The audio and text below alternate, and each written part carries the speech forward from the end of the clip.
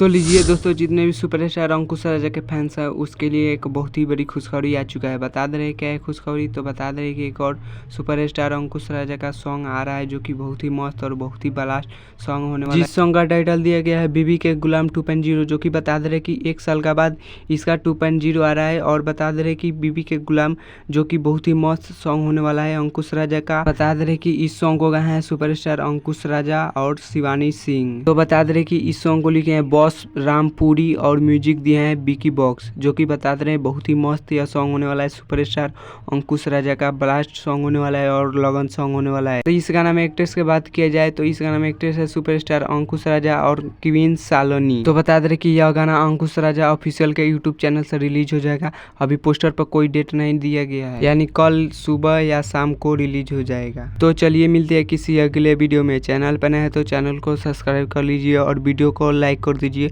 और वीडियो को शेयर कर दीजिए। तब तक के लिए मिलते हैं किसी अगले वीडियो में। जय भारत, जय भोजपुरी।